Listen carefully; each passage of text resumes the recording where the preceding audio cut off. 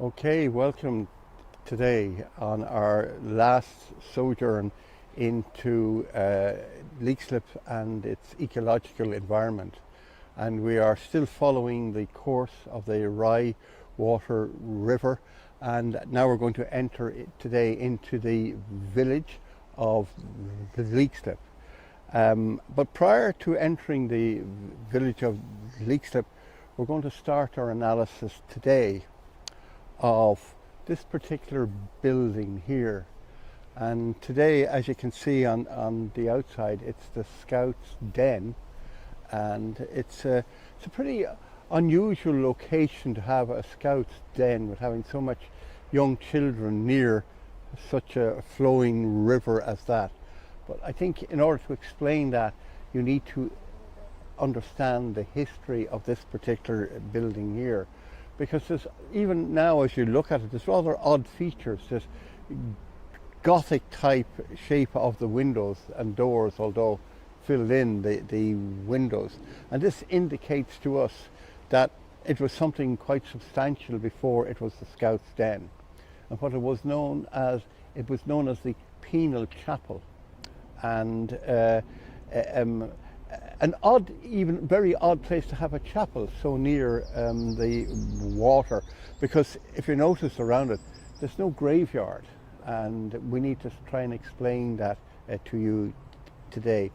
But the important clue to what it was and now what it is the idea of the word penal, because really it's a short for two words.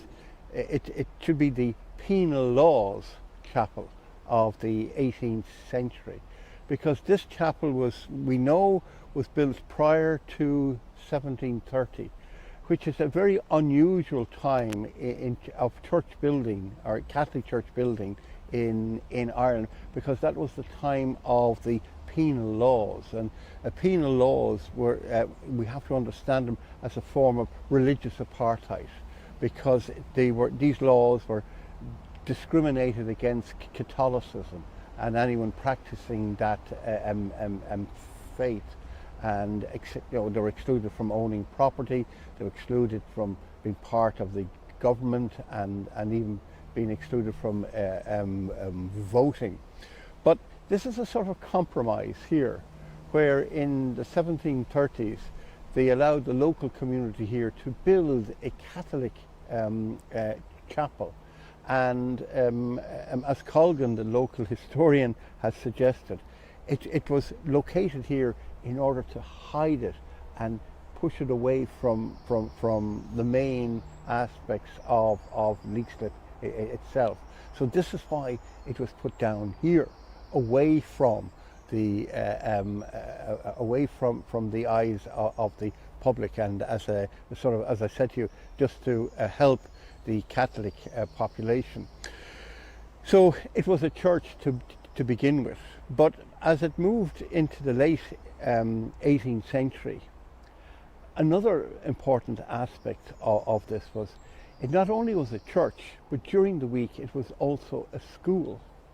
And this school allowed for the, we know at one stage there was at least 80 students here, and the boys and girls. And as we move into the 19th century, and particularly from 1829 onwards with Catholic emancipation, this building then exclusively became a school, because up those particular steps here you have the building of the Catholic Church right on the hill, and this is where Catholicism was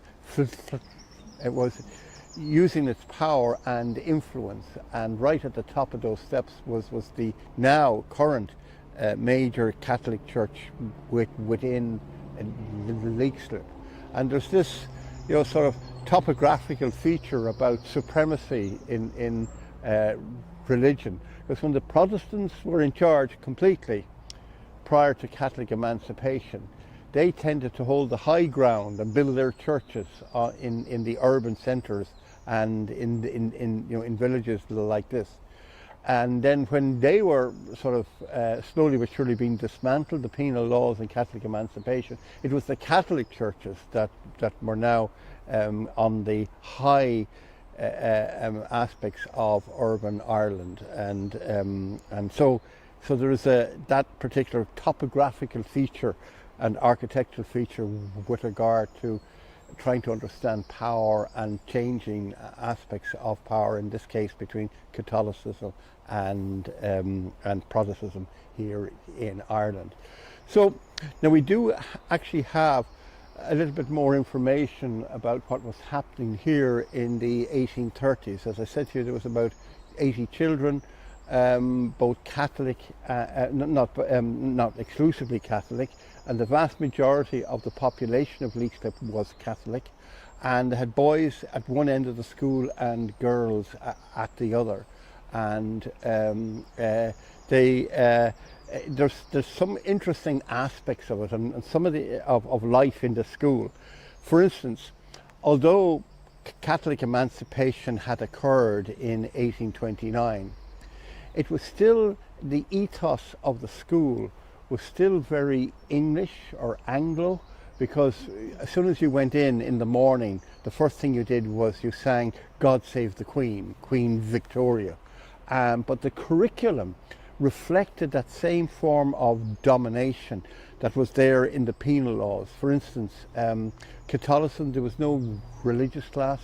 The medium of teaching was through English. There was no Irish being spoken.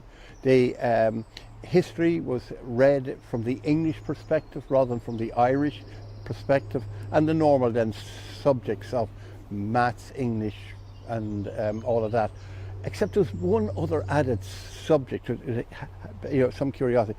They actually taught economics to 7 and 8-year-olds, and the idea behind this was it was an experiment in trying to get rid of the Irish mentality and the way they associated with themselves and even with their landscape. So the whole idea was to get rid of the Irish mind that was full of fairies and folklore and all that type of thing, and to bring in a more rational, scientific mind, and this was done through that dismal science of economics. To the extent that the great economist of Trinity College Dublin, Archbishop Whately, wrote a small pamphlet which became known sort of the catechism of economics, and that was read and studied in these schools. But that pamphlet then began to spread throughout the entire empire, British Empire, as a way of sort of, basically cultural colonialism, right? Trying to change the minds of indigenous people and get them to teach in a more market-orientated mindset, and that was sort of an important aspect of it. One other interesting aspect about schooling and schools like this: compulsory schooling in Ireland from the age of under 12, compulsory, began in 1831. It was called the Stanley Act, and that forced kids between the ages of 5 or 6 to 12 to go to schools permanently. Now, what was interesting about that act here in Ireland was 20 years before the same act was introduced into Britain. And there's a number of sort of interesting features of it. Why did it get introduced here in Ireland? Well, there's suggestions, as I've already hinted at, this was an idea of colonializing the mind. But in Britain, they couldn't do that because, at that particular stage, because most of the children in working class industrial Britain were working. And we have evidence here, and this is one of the great unique features of Leixlip itself. They had an actual industrial base itself. And we've already hinted at it, that in the 18th century, we have figures where it suggested that 70 to 80 children under the age of 7 were working in the mills here along the Rye water. Now, and that was part of this process of industrialization. So in Britain, they couldn't bring in that act because the parents would freak out, because not only were you taking the kids out of the factories and putting them into the schools, but you're taking that income that they needed to survive on it. So it was much slowly more introduced into Britain, compulsory education, than it was into Ireland. But there's one other aspect of this. It could be argued that this was a process of colonial experimentation, because a lot of the strategies that they developed in Ireland were later going to be applied in other colonialized parts of the British Empire. For instance, America, for instance, a lot of their Ivy League colleges were absolutely copied from Trinity College in Dublin, right? Founded by Elizabeth I. Colleges that were created for an elite that supported the colonializing and all that goes with that.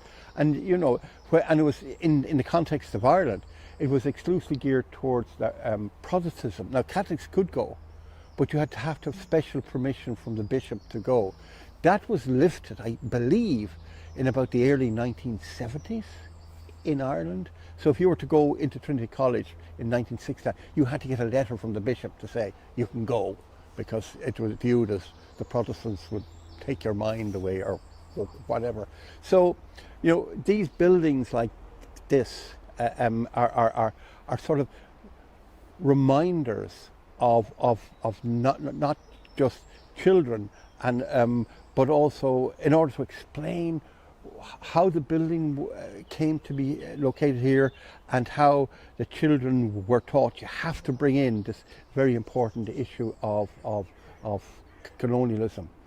Just a little bit more about their lives, about the children, because this is a children's space, and here, and it was, and it still is.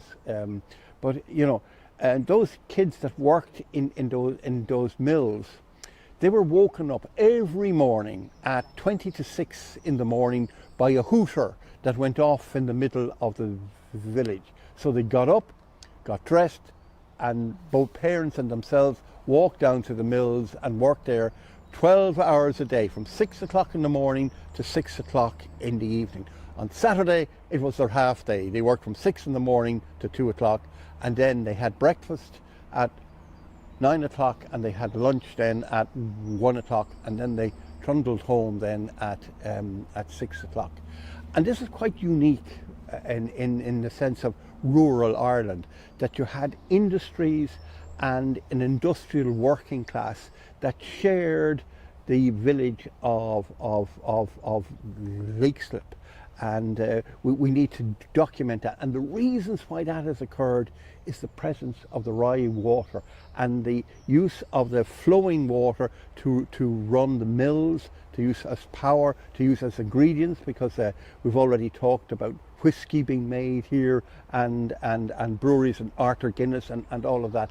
It was, so the water from the river was absolutely crucial for the industrialization of here and the employment of it. And just before we go, there's sort of little aspects of children's life that get revealed when we investigate what it was like to inhabit here. And there was a particularly well-known entrepreneur here in town, and I think still remember, a gentleman called John Swan. And he by the way, this school closed down in the 1950s, and by that stage it had 200 pupils, but one of them was John Swan. And he tells a story that part of his duties, inverted commas, and the duties of all the students in those days, were to bring a lump of turf every day into school.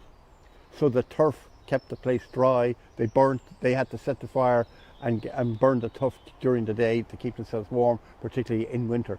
But he had one specialized job, and that where he would go out and with a bucket and get water to make the teacher's tea. But he wasn't allowed leg it across from the school and go down there to get the water. he had to go up those steps gingerly, because they weren't as sophisticated as they are now, and up to a place called Old Hill. And whether he went that way or that way, it was a considerable walk, where there was a covered well, and he collected that water and he brought it down, and the teachers had their tea. And I know, I suppose we couldn't doubt the word of John Swan and all that, but I was thinking suspicion that every now and then, if it was too cold or too windy, he'd slip down to the river and pretend he went up to the well, because there was no way the teachers could tell whether it was the Rye water or the covered well water. But what I think is important about this is the realization by the local population, including the teachers, that water wasn't fit to drink. And this is really important, because this is about how society over time is affecting the organic nature of the river. And even today, we haven't seen anyone in the water. We haven't seen anyone right the way along in the water, or even anyone filling their cup or their flask with water. So we have a long history of polluting and affecting the organic nature of that ecosystem that we call the Rye Valley water. Okay, so I just bring in Ian here to give us some contemporary and recent insights into this particular location here. And again, just to remind us, it's now known as the Scout's Den, but in its day it was known as the Penal Chapel, not church, the Penal Chapel. Okay, so yeah, all right. Good morning, folks. Nice to see you. What was it? And thank you for that, Eamonn. It's such an incredible history just gathering around this building here. For me, growing up, I didn't know it as the Penal Chapel or anything like that. We knew it as the Scout's Den, indeed. And what was it? I used to go to the Scouts every now and again. I did not last long there. Indeed, I can't tie knots, and you can always tell someone that's been to the Scouts because they're really good at tying knots. Indeed, so I didn't get that.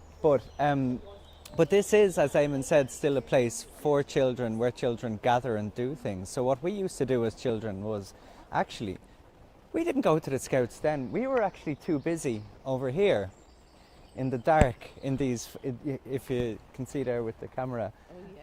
This is where we were hanging out. Oh. Indeed. It's a bit overgrown now compared to what it used to be. But this is where we used to come to hang out, but also we used to make swings on the trees up here. You can see all the ivy hanging down out of it. This is what Eamonn would have called, back in Carton House, this is the sublime, the dark, wild side of nature. And we used to make swings out of the trees, and we come flying out way up into the air. It was a hell of a lot of fun indeed. But one time I was swinging out on the tree, the rope broke and I started to fall, and luckily the knot caught in the branches of the tree and I was saved at the very last second, because if I had fallen all the way down, I would have landed on top of a big pile of washing machines and ovens and bits of metal twisted up like this, because this actually used to be a site where, well, first of all, you had illegal dumping was happening, indeed, and this is already going back to the idea of like sending the waste downstream, and it happens here. We put it in the water, it goes downstream. You don't put it in the recycling plant. You throw it off the side of a cliff. If you're the European Union, you just send it across the world. So this was what we were encountering as children. And actually, we used to dig holes into the sides of the grass here. And this is where we found, when we would dig inside the holes into the dirt, technically digging underneath Ryevale Lawns housing estate, we would find more things, more trash, more objects, because Ryevale Lawns, this side of it here, was actually built on top of a landfill as well. So there's a landfill, yeah, exactly. So there wasn't only a chapel here during the penal times or a Scouts Den. You also had a massive landfill taking place right here as well. So you have all of these. Yeah, underneath the housing estate. That's why some of the houses are built from timber, because they were literally sinking. So you had all that taking place here like this, and we didn't know we were encountering any of these histories as children, obviously. This is also where you used to have a fair would happen once a year, or at least in my memory once a year, you know, so you'd have games where you can maybe, I don't know how you'd have games where you're tossing coins and then you can win a goldfish and stuff like this. So it was a really like a silly little market that used to happen here. And then as well, what was it? We also released a mouse here once. We had a mouse in the house and we let it go here. It just ran away. First time I'd ever seen a mouse as a child. And then over here at these massive trees behind you, actually, if you look just here, these big trees across the river, they used to be filled with crows. And I'm not talking 10 or 20, I'm talking hundreds. A murder. Upon a murder, like a massacre of crows. There were so many of them. And like, you know, you'd be sitting here at the evening time, maybe 5 p.m. in the winter, the sun is setting, and then you just hear it, this raucous noise as all the birds would take off, fly around in the sky in a big circle. It was terrifying. And then they would all head across to Leixlip Castle, which is where we're heading during this walk. So when Eamonn was saying that that with the education and the economics, they were trying, the British were trying to reprogram the Irish mind, we're still very much connected to all of these creatures and strange happenings here. So complete and utter failure in many ways. But now we can carry on. Okay, well, just I want to, while we're here, and you know, as Ian was pointing out, the vast diversity of the plant and the animals and the river itself, and you know, fair dues to the local council here for establishing here this whole area here as a biodiversity park. And I want to talk to you a little bit about biodiversity here, because there is the possibility here of saying this is an action by the local community about biodiversity, and we sort of park it here, but I think there's more to it than that. And I want to argue that biodiversity is not just about rewilding the wild, but it also should become a principle about how we understand our relationship to nature in general, and in particular how we cultivate nature to produce food for ourselves. And one of the aspects that I want to point out here, and I just want to use Ian here. I want him, right? I want him to do something. He's just grabbed some strawberries here, or raspberries. I hope they're raspberries. They're raspberries. Okay. So he's just right. So that's part of the biodiversity in the fruit. So he's been foraging off camera. Okay, but just put the two of them there, right? Hold that. Very good. So I want to suggest, you know, that Ian, and by the way, just before I was off camera, I collected that, and that's about a handful of soil. And what's interesting about it is, again, we've emphasized that when you look at it visually, it looks thing-like, and it looks like it's full of sort of dead structures of rock and plant life, etc. However, what Ian is holding there in his hands is probably about 1 million creatures that are living in that handful of soil there. They are the microbes that inhabit that particular part of the soil. So what I'm trying to get at here is, in order to understand the relationship between the fruit and the soil, we need to understand how we relate and cultivate those. Now, here it's wild, but generally it's not. It's cultivated under monocrop productions, and to do that, to produce food, we tend to engage with the biodiversity of the soil to the extent that there has been a prediction made that we have about another 50 years left, that if we don't change our practices of cultivation, we are going to have severe difficulty in producing food. Forget about weather change, and I want to talk to you a little bit about that. Okay.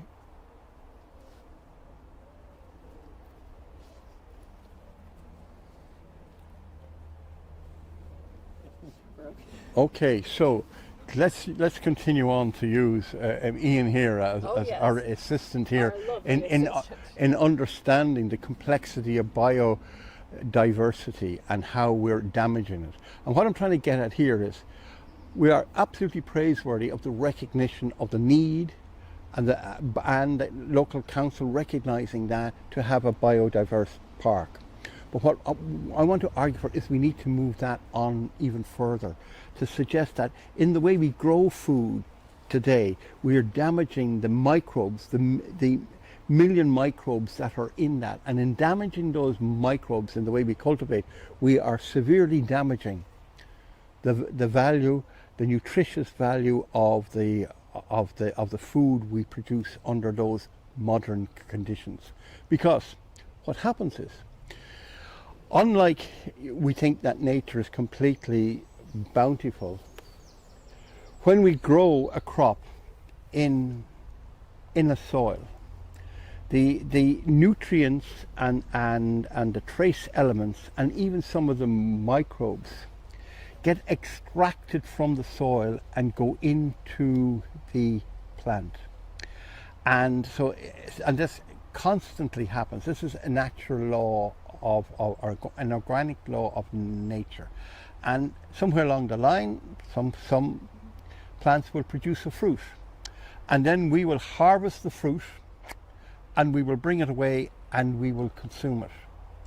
The problem is that if we keep going back to the same soil and we keep planting year in, year out, we're going to extract more and more of the microbes to a certain extent, but the trace elements and crucial nutrients like potassium and all that from the soil itself, and we're going to do that over time.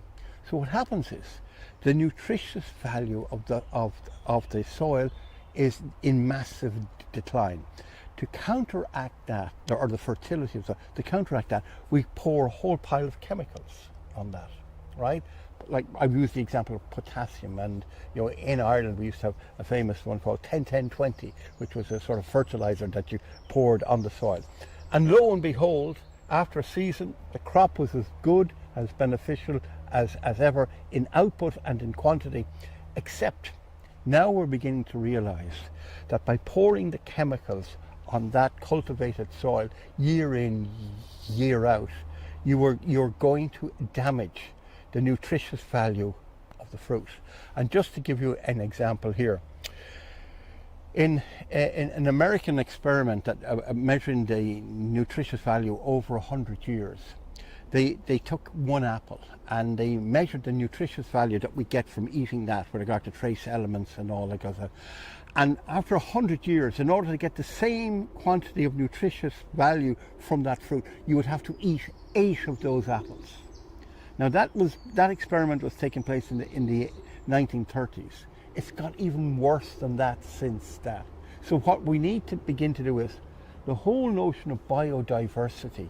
We need to just move it away from impacting on wilderness, which is fantastic to do that and all, but we also need to understand that it becomes a principle about how we should engage with cultivation and soil. And this, now what is really important about this, that these are 2 of the same fruits, right? And if you ate that fruit, and we can ask Ian to eat it, right? Mm-hmm. Okay, as part of this experiment, right? From biodiverse soil like he's foraged it here, absolutely 100% nutritious value. If that same raspberry was produced under modern agricultural means and eaten, the nutritious value would be considerably less than the one that he foraged from here. Now what's really important about this, guys, is we've pointed out the environmental impact that the river has had on our health, right? On how it affects, and we'll have another more of that as we walk along today. But what we're arguing for is, it's not just when we look at the environment and we look at the ecology, it's not just out there, guys. It's not just wilderness. It's not just the river.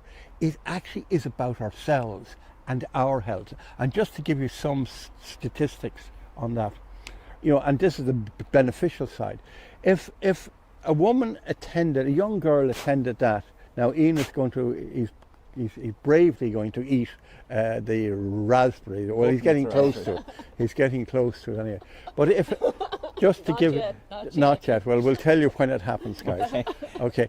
But if a young woman attended that school in 1870, she would expect to live till the age of 52 years of age on average. If that school was still opened in 2013, that same woman, born later on of course, would live to 83 and a half years. That's a 30 years difference between the 19th century and the 21st century. And what we're trying to get at here is, in order to understand the ecology of our environment, we have to include ourselves as part of that, because not only do we impact on it, but the environment also impacts on ourselves, and that's where we'll be talking going on later on as we go down closer to the village. The children who attended this school up the way to the 1950s, they were crucially part of the local community on a number of different fronts. But one of the sort of sad features is they had a very little childhood. As soon as they were able to walk and talk, they worked, either as we see in the factories here along in the river in the 18th century, or they worked as agricultural help on their family farms, or even as young boys who went to work the land. And we do know from the surveys in the 1830s that the village of Leixlip population varied about from 1,000 to 1,500. 50% of the households were agriculturalists, and the other 50% worked, this is the working class now, worked in the industries along the river here. So it was an interestingly divided population, certainly in the lower classes. But so the children, worked as part, and so there was in sort of periods of the season, like the calving or in lambing season, the attendance of schools fell away considerably, because part of the duty of the kids was to be out helping calving and in herding livestock. And as one school inspector said, one way to increase attendances of schools would be to wall off all of Ireland so the livestock wouldn't trespass. And there are areas in this particular village here, I think it's called Pound Road, and Maynooth has the same as well. And a pound was where cattle that were trespassing were put into the pound and by the agent of the estate, and the people who claimed it back had to pay a fine and all of that. And one way to overcome that was to get children to herd their livestock, so there was sort of competition between their school career and their work situation. But just to finish on children, in post 1945, when post 1945, there was a way that the children, or little boys anyway, were part of the local economy here, where a Mrs. Connolly from the post office would step out the post office and ring a bell, more sounds throughout the village, and the bell would be summoning any young boy who was around to deliver a telegram. And so there wasn't a professional telegram service, so the kids, the boys, would be given 3 penny and a half per mile to deliver the telegram, and that was one way. They had to make their only way back. And so just one other element, and it's a feature that when you went to do your grocery shopping, and lots of the kids were sent down to the local stores, particularly in the late 19th century, they went for their messages. And messages sort of was collapsing between gossip and actually getting the groceries.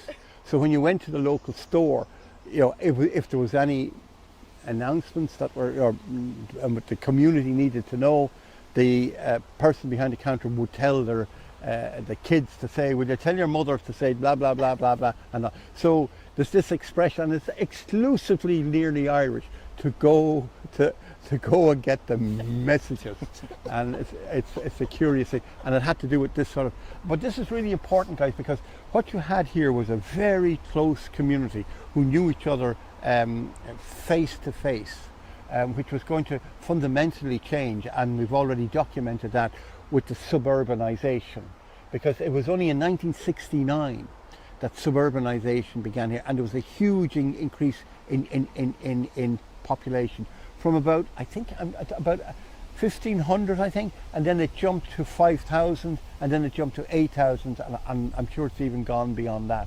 But the whole structure of suburbanization, as we pointed out, was sort of a dormer town, where you were dependent upon your car to participate in, you know, inverted commas, the local community, where you drove to the shops, where you drove to school to drop the kids off, where, you know, and so it very much was determined upon auto parking space. So, but we'll talk about that. Okay, so we've come up just right on the edge of the village itself, but we're going to remain here rather than going out, because the sound of traffic will probably interfere with the audio of it. So just let Ian, because there's a really interesting aspect of where we are, and it's, you can't see it, you can't touch it, but you certainly can smell it. And that's what Ian is going to talk about now, and I'll leave it in his capable hands. Indeed, yes. So if you just look up here, you'll see this is where we're heading now, where all the cars are passing. That is the bottom of Old Hill.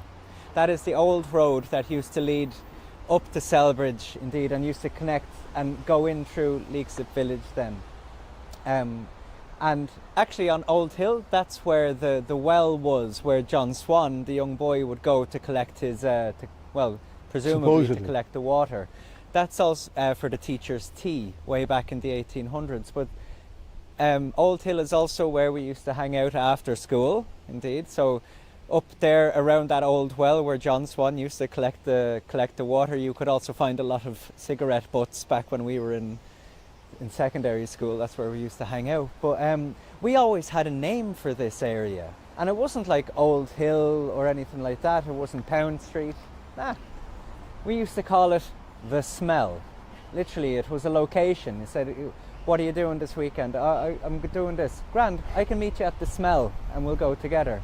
Like, literally, that's how it worked. And I think somebody actually put it up on Google Maps as a location, the Smell. It's very distinctive here in Leixlip. And you see, what I'm thinking that's happening, this is, so as Leixlip was expanding, indeed, as Eamonn said, after 1969, and people were arriving here, obviously more and more pressure was being put on the waste infrastructure here, the pipes and the waste sewage pipes here. And so all the housing estates up there at the top of Old Hill, also way back there in Ryvale Lawns and so on, it would all be flowing downhill towards the village, indeed, on its way to the water treatment plant. And it kind of accumulates here at the bottom of Old Hill, and it produces a smell, indeed. And And you'll see when you go up there, it's this smell. It rises and falls at different times of year with different temperatures. It has been the rise and fall of many local councillors. I would imagine, like, I can fix the smell. No, I can fix the smell. You know, so like this has really become a thing here in the village. And what was it? What did I want to say? Going on about the smell, but you know, for all of that, there are also some pluses, some benefits. There's always two sides to many things. I'm forever grateful that no matter where I am in the world, anytime I smell raw sewage, it always reminds me of home. Indeed, so that's quite a special thing that they've given us here in Leixlip. But what was it? I don't know. Eamon, do you want to say anything now about the? Yeah. I just want to come in here, guys, and just say that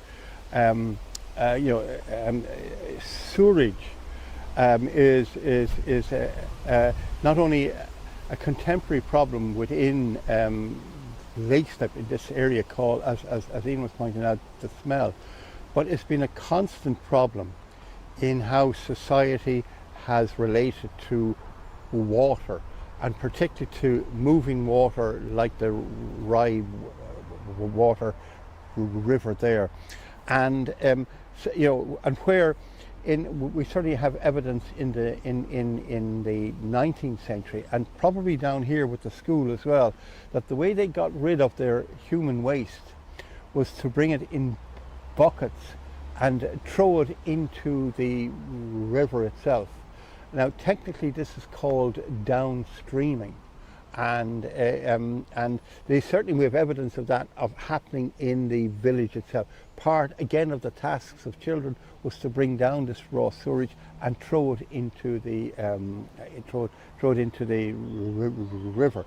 So this has been a constant way of getting rid of sewage, but there was other ways of that and there's evidence of this within the village itself. There was other attempts where you would bury it in the back garden in a privy, and the problem about that is, and this is what we're trying to point out when you look at the soil is not a thing-like substance. It's constantly moving, and when you look at the river here, it's moving, it's obviously moving. We find it very difficult to understand that the soil that we stand on is also constantly moving, with gases in and out, oxygen, carbon, the microbes, the worms, the water going up and down, and so it's in a constant state of flux. And this becomes important because what we put into the ground is never going to remain part of that ground. It's going to move, and this is a problem not just of the past, but of contemporary Ireland itself, or the contemporary world. And recently we've got a headline where microplastics, we have now known up to this, we're now part of the oceans of the world, right? But recently, and I think it was in Holland, they began to discover that the microplastics weren't staying in the oceans. They were now being traced to being discovered on land, in agricultural farming land.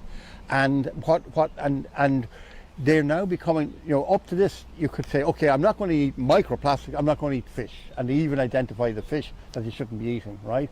But now if it's on the land, you're going to have a major problem here, because now you have to stop eating completely, because the microplastics are now on the land, which has been cultivated, which we're just talking about back there.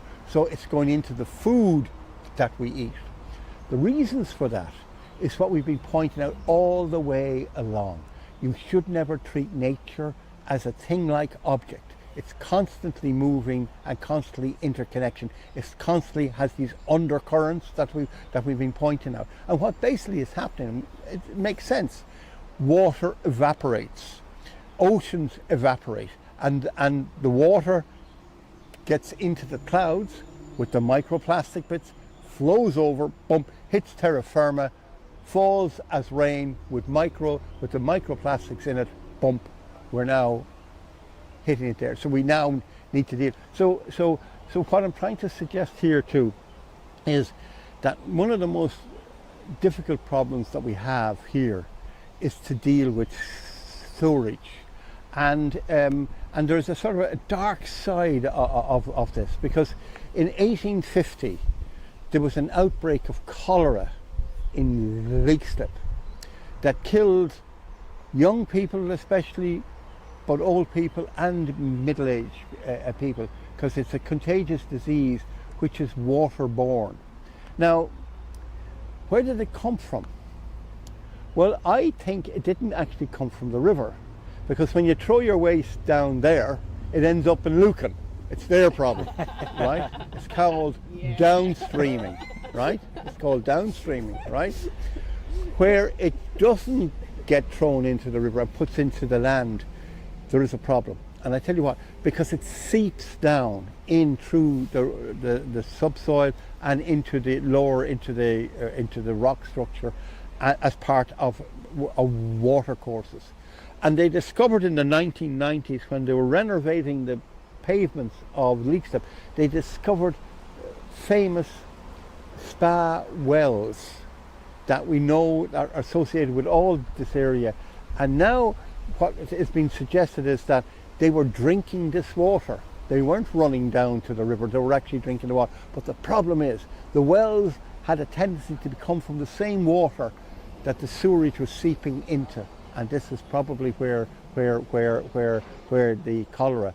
And in order to explain to you that this is not just a particular problem with Leixlip, it might be just to sidetrack this a little bit and to go over to London at the beginning of the 19th century to explain to you the social phenomena of sewerage, right? Or night soil, as the euphemism was used. And in London, up to the beginning of the beginning of the 19th century, there wasn't any toilets as such. There was no flush toilets. And we've already discovered this when we were in Carton House. It's magnificent architecture. There wasn't one toilet in the whole place, and a flush toilet. So what was, they brought their waste and put it into privy pits, as they were called. Now in London, these privy pits were either in your back garden of the big houses, right, or they were in your basement, right? And at night, not every night, until the pile cooled up, you had these night soil people that arrived, collected the night soil, put it into carts, and carted it through the streets of London and brought it outside of London and put it onto land where they grew vegetables and orchards and fruits and all of that. Now this becomes really important, guys, because what they're doing here, they're using the waste, human waste, to manure or fertilize the soil. And we do know from evidence that this is extremely nutritious with regard to the soil, and where output not only is more, but 50% more than normal ploughed land. And we discovered this by looking at the cities in China before industrialization, and Japan and all of those. So these night soil was part of this. But with London expanding and became one of the great cities of the world, land was extremely scarce. So what they decided to do was to flush the night soil away. So rather than having it, and I think everyone will be happy with this, places like here, the smell wasn't the exception. It was the whole city itself stank of sewage. But when they brought in the piping it, they were able to build more of London, more concentrated, more. So all of that land that was used by the night soil, the privies, or outside to grow, was totally eliminated. So where did they pipe it? Into the Thames. And in 1858, that particular year was known as the Big Stink, because the Thames had at that stage become the cesspool of London itself. And it was a dangerous cesspool, because we do know that of the 8 water companies in the 8 water companies in London. 6 of them were sourcing their supplies from the Thames, and that meant that they were taking out this water which had potentially waterborne diseases like cholera, and so they piped it, and that became the sewer system. So the sewer system initially was all about downstreaming, pumping it away and out, and then later the treatment centres. But let me just jump ahead to the present day. I think it was about 3 weeks ago they announced that they were banning swimming in Dublin Bay. They lost their blue flag. And the reason why they lost their blue flag is one of the most sophisticated treatment centres out in Ringsend wasn't able to cope with the amount of sewerage, and they had to release it out into Dublin Bay. Now, quite obviously, guys, it's not going to be one release, it's going to be numbers of it, because we're now banned from actually swimming. So the contemporary problem of sewerage is still haunting us today, not only in the developed parts of the world, but even more so in the underdeveloped. And let me just turn back and to go back to the soil where we were talking about. There is a solution, and the solution is not got to do with the waters. The solution has to do with terra firma, because the solution is not to flush the sewer into the rivers or into the oceans of the world, but actually to put it back in on the land, as they were doing in peasant society. Because in peasant society in the west of Ireland, outside each little cabin, you had your turf heap that kept the fire going, and you also had your manure heap. So they collected manure from their livestock, which they kept in the house, and their human excrement, and put it all together, and then at the end of the year they would collect a pile of it, and then a big pile, and then they would bring it onto the land, spread it out as fertilizer, and absolutely organic, right, and maintained. So the extraction was continuing, but they were putting it back not as chemicals, but they were putting it back as organic manure.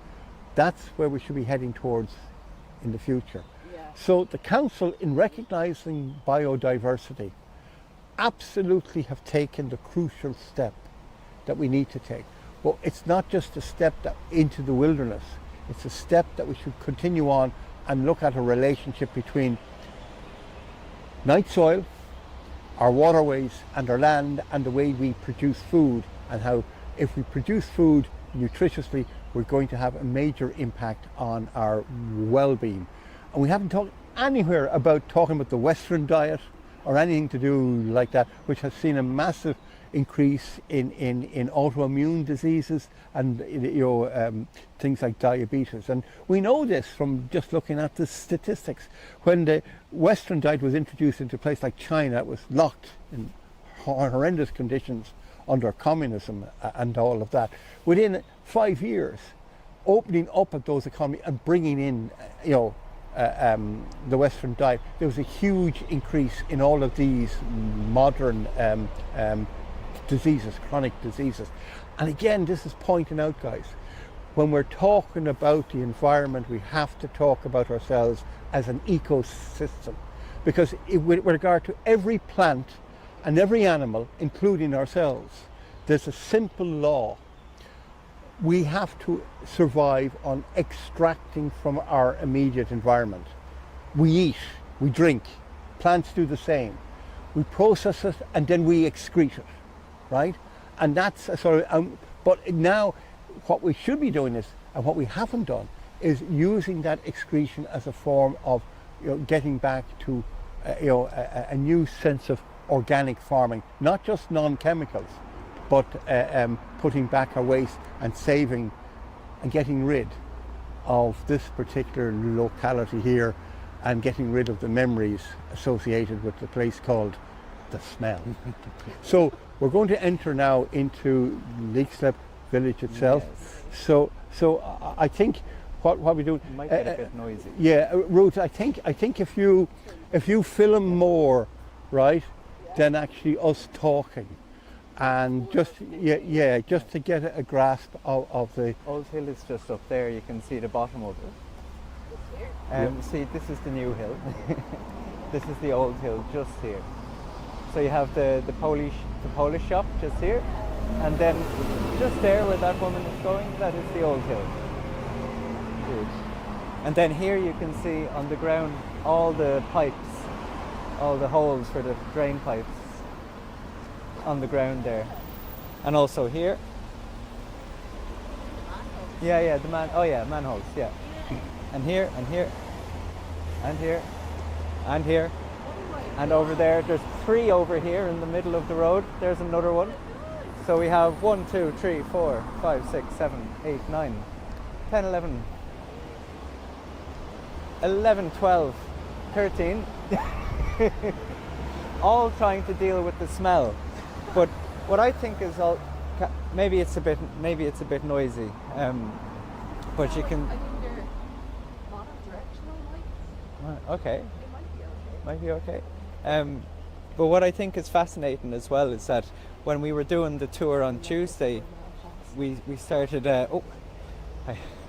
We started talking also how people used to do a bit of farming in their back gardens as well, and how going to the shop was just for the extra bits, was it? Yeah. Well, we can talk about that for here the luxury now. bits, yeah. I think that's fascinating, because then you don't need massive amounts of fertilizers for massive farms either. But now let's see, we can cross over here. Oh yeah. I'll just get the lights. Oh yeah. Look, there's the Rye River. There it is. You see, it's picking up speed now as it heads towards the Liffey. But in fact, this river didn't always look like this, and we'll be showing a photograph of how it used to look way back in time. But let's see. So it's a bit noisy here, folks. I'll just point out you have the entrance to Leixlip Castle here. We can't get inside right now, but you can see it there. So indeed, that's the castle built in 1172 here in Leixlip, when Leixlip started to become an actual village. And then Ruth, if you can just show people, this is the main street of Leixlip down here. And so just get a good image of that, because we'll be sharing more images of how this place used to look way back in time. Indeed. But we'll come down here where it's a bit more peaceful, where we can talk easier.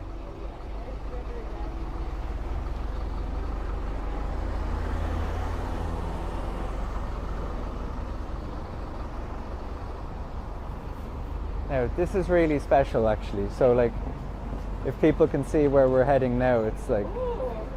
Yeah, no, we're heading to the solicitor's office. Oh no, we're not. Never mind. Oh wow.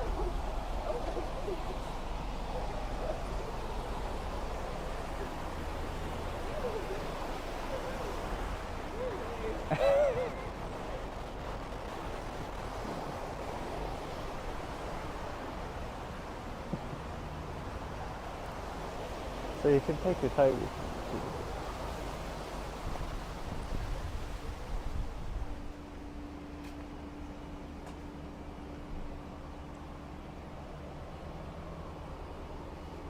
Oh.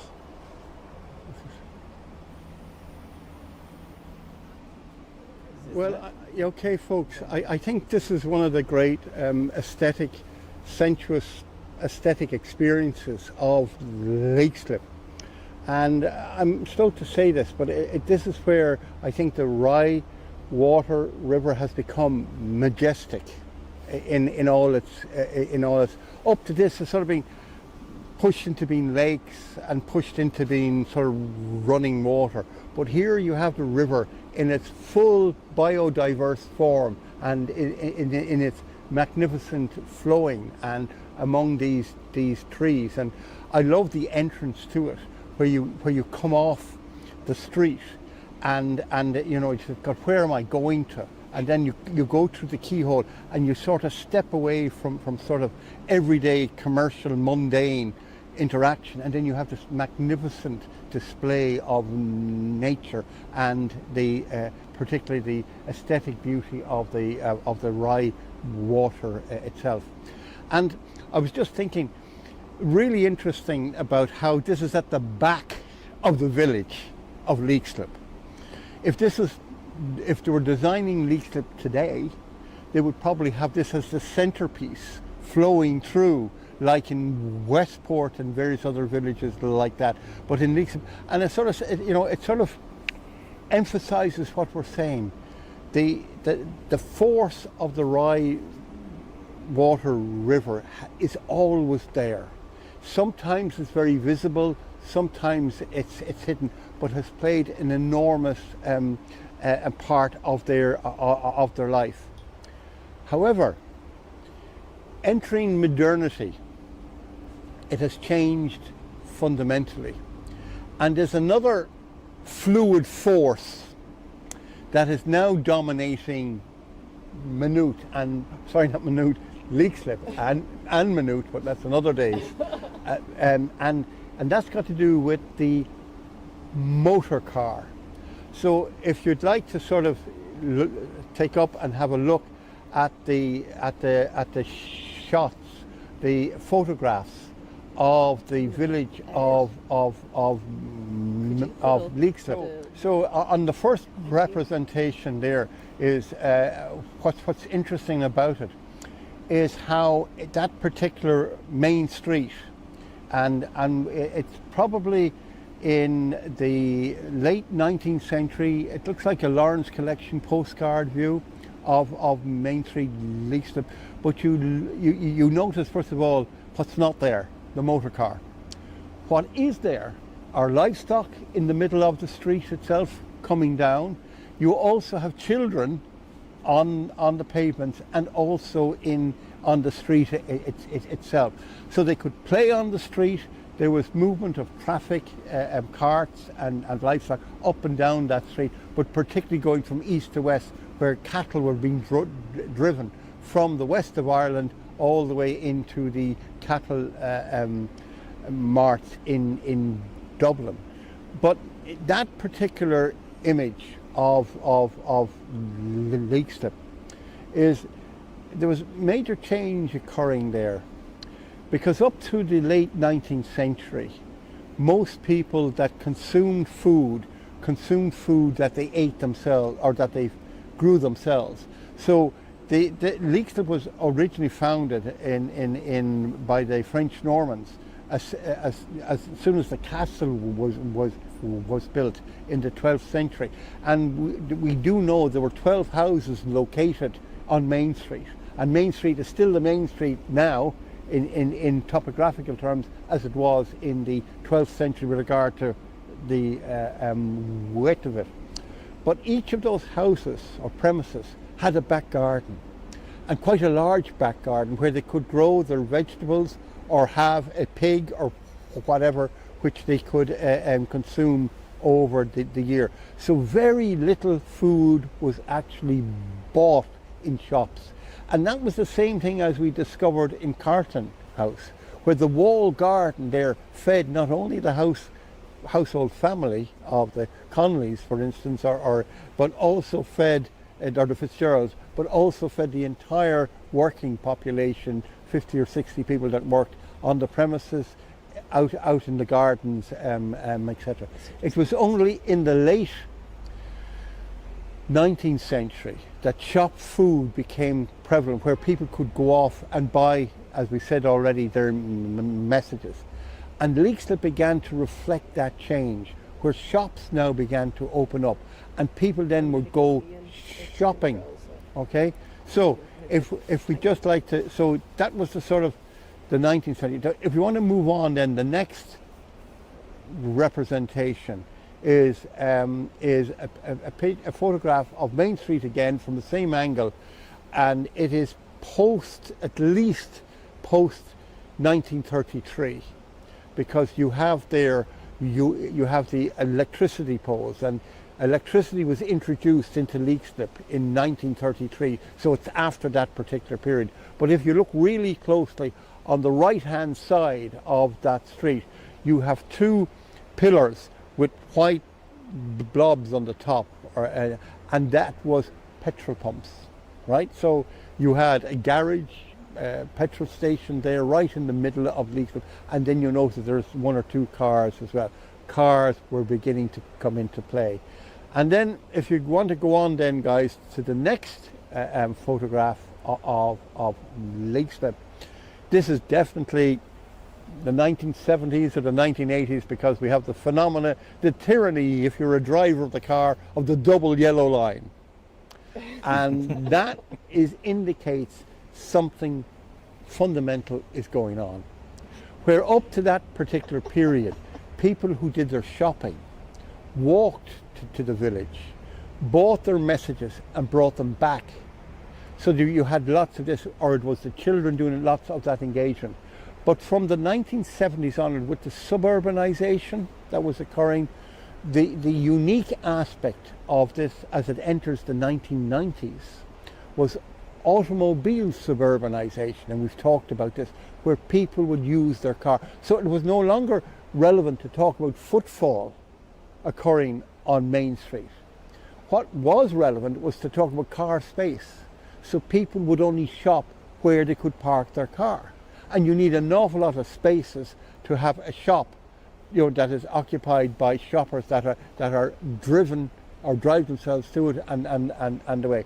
So what begins to happen is final shot of a premises on Leixlip, contemporary.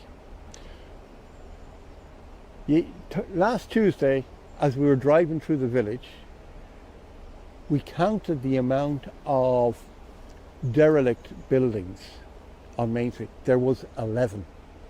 And one of them was this particular building here that you see, right? That you see here. And what's interesting about it is, in order to overcome the site of dereliction, they've knocked out the door and they've knocked out the windows, and they've painted it, boarded up and painted it. But look right at the roof, guys. There ain't no roof. And this is a legal thing. And what a legal thing is, when you don't have a roof, you don't have to pay rates. So you knock the slates in, and unfortunately then nature comes in. So you have a problem here now, guys.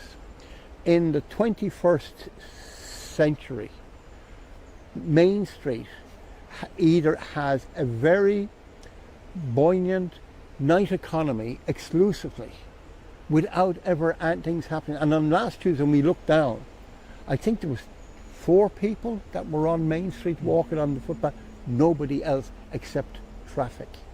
So there's a really major problem going on here, and this is got to do with the intensification of auto suburbanization. People are now inhabiting their cars rather than now walking and shopping and engaging. And if they want to look to the future, they have to develop in community activities along Main Street and engage in consciously revitalizing the centre. Business premises will not be able to have, because there is not enough places to park the car, and that's a problem of contemporary Leixlip.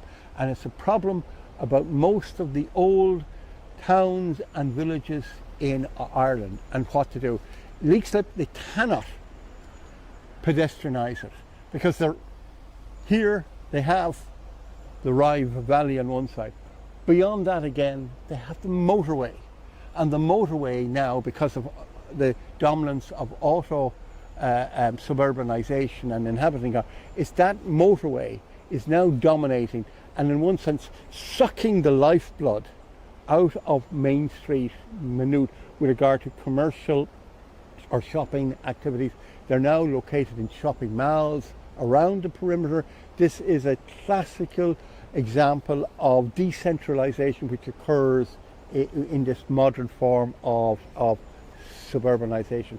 The way to counter it is to consciously plan community activities within the centre itself, and that's another day's discussion up to the local community to bring people back in, and activities associated with strong community development.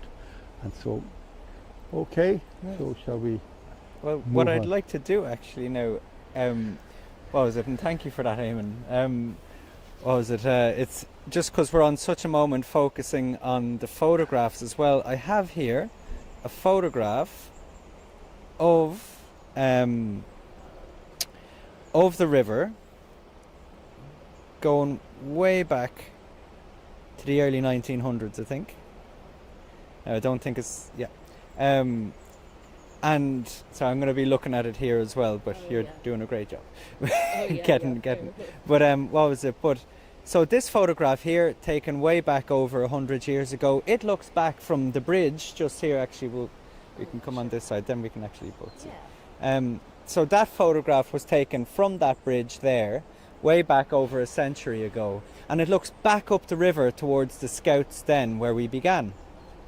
And indeed, if you look at it a bit more closely, you can see, well, first off, Ryvale Lawns, well, you can see where the Scouts Den is, right in the centre. Ryvale Lawns, just above it, doesn't exist, indeed. The new church is there as well, though, built in the 1830s, up on the hill. Some of the trees around the big church are still there, actually. But then if you move your eyes down towards the river, you can see, first of all, it isn't flowing in a straight line like it is today. Indeed, it's much more, it's actually meandering around what is today the riverbed. And you can see that there's bits of grass and land there, and you can see that there's, well, what looks to be cattle and perhaps maybe some goats or a goose hanging out there on the grass. But you can see there's livestock grazing along the banks of the River Rye. And you can see just along where we were walking, talking about night soil, there you have some of the little cottages which are now completely gone, indeed. So it's an absolutely phenomenal image that just shows you how, just like the main street of Leixlip, the whole area has been changing and shifting along with the river and so on. So it's a really wonderful image of the village, and I'll be putting all these up online as well in case anyone wants to take a closer look. But now we'll get rid of that and we'll carry on. Yeah, it's just what's interesting about contrasting the present day view and that particular view is, again, how nature never stops. Yeah. How the sort of trees have sort of come in on the river and has sort of canaled it a little bit and made it a little bit more dynamic. So again, guys, it's just, the object keeps changing, and one way we can begin to understand that change is by using photographs and illustrations as a way of pointing out that we can look at natural things as much as we can look at artificial things like buildings to try and understand change and development.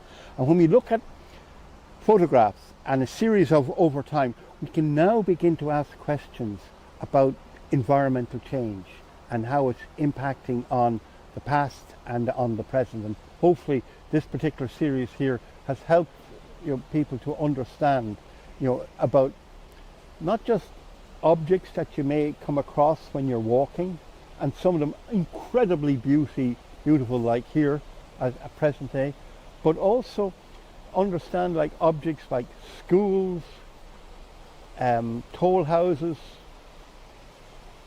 spa wells and all that in order to fully understand their significance, we always need to bring in an environmental aspect to it. And this is why we're trying to develop a technique of representing nature within everything, within what's known as ecosystems, but also within objects that are built by society and seem to exclude nature, but they actually don't.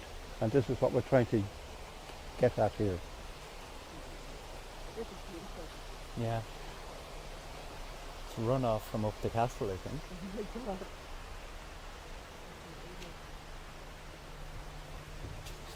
Isn't it?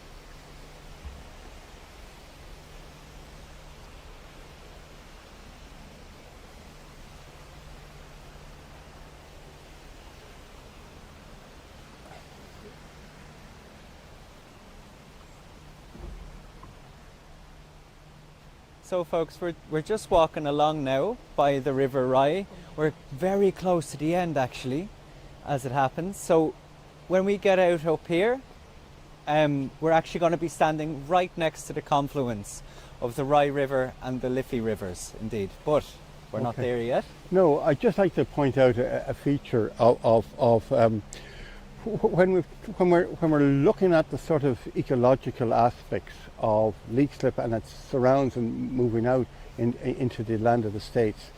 One aspect that's been a common feature is not just the plant life and not just the panoramic views, but also how those places were restricted with regard to it wasn't accessible by everyone. And I think this becomes important to understand that it was all done behind closed doors or large walls. And one of the characteristics of the picturesque, and this, and we're trying to get at here, in order to understand the evolution of this whole area, you need to understand the picturesque. But just before we finish here, it was these large walls that prevented people accessing it and making it available to all. And so it was very much restricted. But I think there's a second aspect of trying to understand the large walls here, and these go back a long, long way, is I wonder were they used here as a potential flood feature to block flooding that would come up and over here.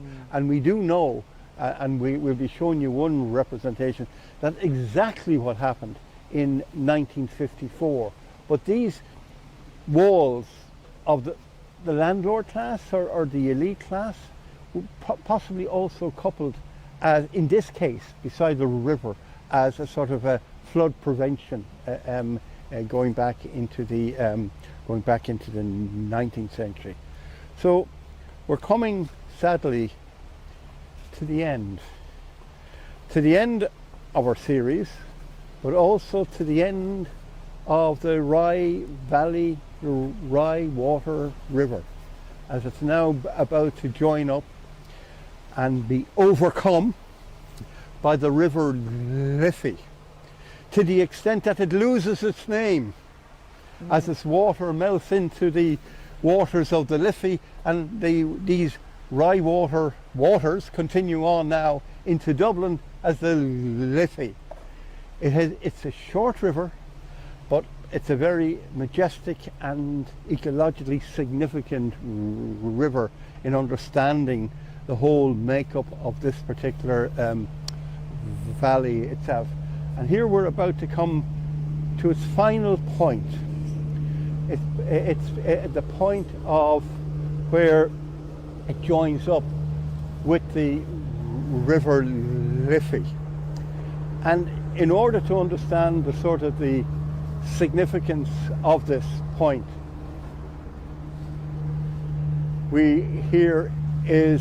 this is the confluence. This is where the Rye Water River joins up with the River Liffey. And to understand it in an aesthetic sense, it was recognized also by the picturesque, because over to the right of it you have what's known as the boathouse. And it's a very strange building, you know, here in the village. It's actually attached to the Leixlip Castle property, to the Leixlip Castle lands, which, as you saw, they have a big wall around them and a big gate. You couldn't get up to it. So my friends and I would grow up here looking at that building, thinking like, oh, that looks really cool. I'd love to see what's in there. And so, obviously, what we decided to start doing was we went down there where Eamonn is currently walking. I don't know what his ultimate goal here is, but but we would go down there and we would start getting rocks, collecting them from the river, and building ourselves a bridge across the way to cross the river to make it to the boathouse. And when we were grabbing those rocks and moving them, one day we actually found a big crayfish, if you know these. They're like a giant freshwater shrimp. kind of ginormous. It terrified the life out of a friend of mine. He ran home screaming and crying. He wouldn't go near the river again. But what we actually found when we were doing that was a crayfish that is specific to the Rye, actually. So we found one of these very, very significant little creatures. But we actually disturbed its house. But what we did was we built our bridge across and we made it into the boathouse. So what you do is you cross over to where all of those nettles are and all of the bindweed there at the foot of the boathouse. And you have to move along the wall and you get inside. And that's where they used to bring in the boats. And it's mostly overgrown now with plants. But you can crawl along, you can kind of move along the wall inside the building, and then you have to jump across, and then you can go up the steps, and then you're at the entrance to the boathouse. On your left hand side you have a staircase made of stone with a room underneath it, where I guess back in time there might have been supplies, there might have been coal, there might have been logs or something stored underneath the staircase. Now it's filled with cans, indeed. So we weren't the first people to arrive there. But we climbed up the steps into the boathouse. The floor of it is actually black and white marble. And it has a fireplace, which is quite beautiful. And it has a beautiful view from the window there down the river. And it actually has a weird little balcony on the right-hand side of it here. We can't see it today because the trees have overgrown. But we went out onto the balcony, we were looking around, and we noticed a window that had been bricked in. They filled in the window at some point with bricks. And so we were looking at that, and we could actually see someone looking back at us. We saw a pair of little eyes looking back through the ivy. And so we were like, what is that? Who is that, rather? So we started to pull the ivy away, and we discovered someone had painted an image of a woman on the bricks of that old window, and the woman was wearing this 17th century, clothing. It was really bizarre, and so it's completely overgrown now. You can't see her, but she's still there, I believe. And I was talking with somebody with Netta, one of the women who has been joining us on the tour, and whose brother Owen Hickey wrote a beautiful book welcoming people to Leixlip. I was talking to her about this, and she said that even her son Brian had found that woman painted on the window when he was a child as well, and was also building bridges to get across to the boathouse. So we don't know when she appeared, but it just shows us, even as, again, back to the beginning, as children running around here, we were coming across and encountering all these histories, but we had no clue about it. And actually, yeah, what you were saying, Eamonn, this place itself connects to this picturesque moment, and brings it all together. Ruth, all right. I just want to just talk about here, because in order to make sense of what we see now, we actually have to go back, and we have to go back an awful long way. And how far we have to go back? We have to go back to about 1181, because behind here there is Leixlip Castle that was built in a drum-like shape. 1181, and the building, they took them 5 years to build it, 86 to finish it, right? And it was encapsulated, and it was a French Norman fort, and it lasted as a military and a state place for about 750 years, and it would set 2 sieges, certainly one siege that took place here over 5 days, and the people inside the castle were able to overcome the siege, and it must have been associated with the confluence, the 2 rivers protecting the castle on both sides. Now, we do also have some stories told of guests in this house, because what happened then in about 1731, the castle was bought by a nephew of Thomas Connolly of Castletown. and he it stayed in the Connolly family from that date right the way up to 1914. And one of the Connollys, and I don't know who, opened the grounds every Sunday to allow tourists to come in, because they were coming down in the late 18th century and the beginning of the 19th century to engage in the spa. So the spas that we've already talked about, the Roman spa and all of that, taking the spa waters, and we've already indicated that on one day alone there was 12,000 people actually took the water from the spa there. So it was a major place for tourism in the 18th and 19th century. And we know that this impacted even on the village itself, where they had lodgings, where people rented out rooms for people to stay overnight. And there was plans by one of the Connollys to build a hotel similar to the Spa Hotel in Lucan, but that never got to fruition. So therefore, to explain what you have here, this particular building, you have to understand what we began with. It's the picturesque. It's an aspect of the picturesque gardening, and what it's called a folly. And a folly is something that's created to be exotic, a sense of difference, right? And if you look at what Ian was talking about and you know, explaining the complexity of the building itself, upstairs was the place where the viewers, voyeurs, would look out on the confluence, and they would have their picnics and all that, and they would be allowed into that by the landlords of the castle, right?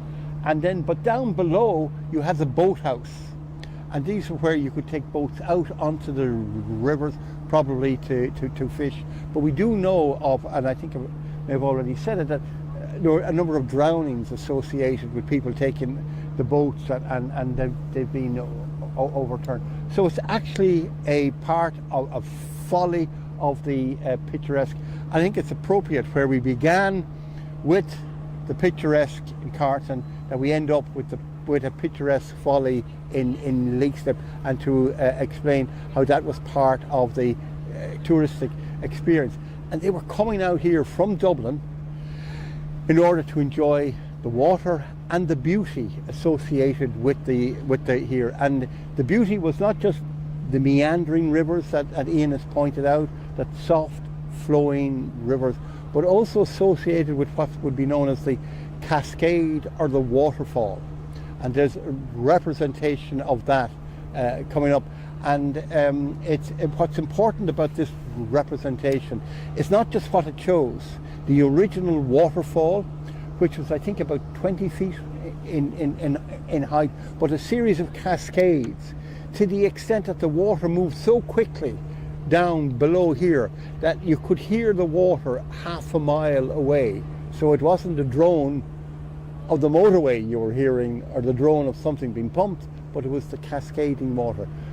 1948 they built a hydroelectric station there. It's still in use today, providing electricity for